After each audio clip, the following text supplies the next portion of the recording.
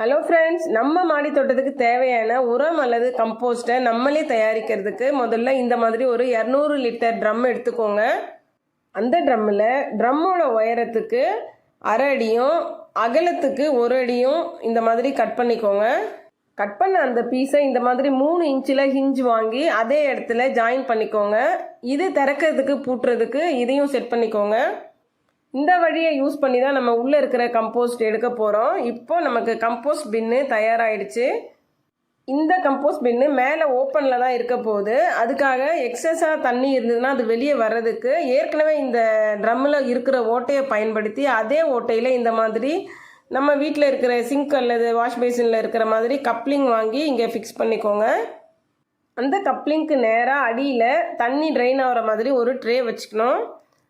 இப்போது அந்த கம்போஸ்ட் பின்னோட மேல் பக்கத்தில் நம்ம தோட்டத்துலேருந்து அறுவடை பண்ணுற மக்கக்கூடிய எல்லா பொருட்களையுமே போடலாம். பச்சை ஒரு பங்கு போட்டோன்னா காய வச்சு ஒரு 3 பங்கு அதில் போட்டிங்கன்னா நல்ல கம்போஸ்ட் நமக்கு கிடைக்கும்.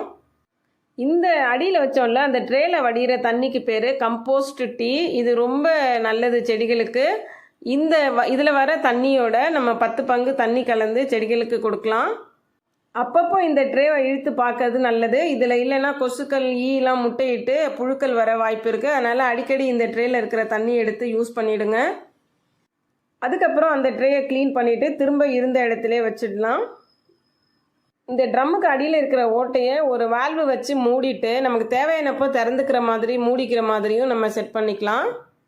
இதில் போட ஆரம்பித்து ஒரு 2 மாதத்துக்கு அப்புறம் நம்ம அதை யூஸ் பண்ண ஆரம்பிக்கலாம்.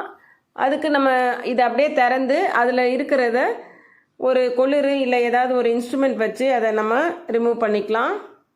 இப்போ இதை பார்க்குறதுக்கு அப்படியே காஞ்ச இலை மாதிரி இருக்குது. அந்த இடத்துல மட்டும் அப்படி இருக்குது, ஏன்னா அங்கே ஓப்பன் இருக்குல்ல, அது வழியாக காஞ்சிடுது. ஆனால் உள்ளே பார்க்கும்போது நல்லா சாஃப்டாக கம்போஸ்ட்டு தயாராக இருக்குது. நம்ம எவ்வளோ வேணுமோ அவ்வளோ எடுத்துக்கலாம். எடுக்க எடுக்க மேலே இருந்து கீழே இறங்கிடும்.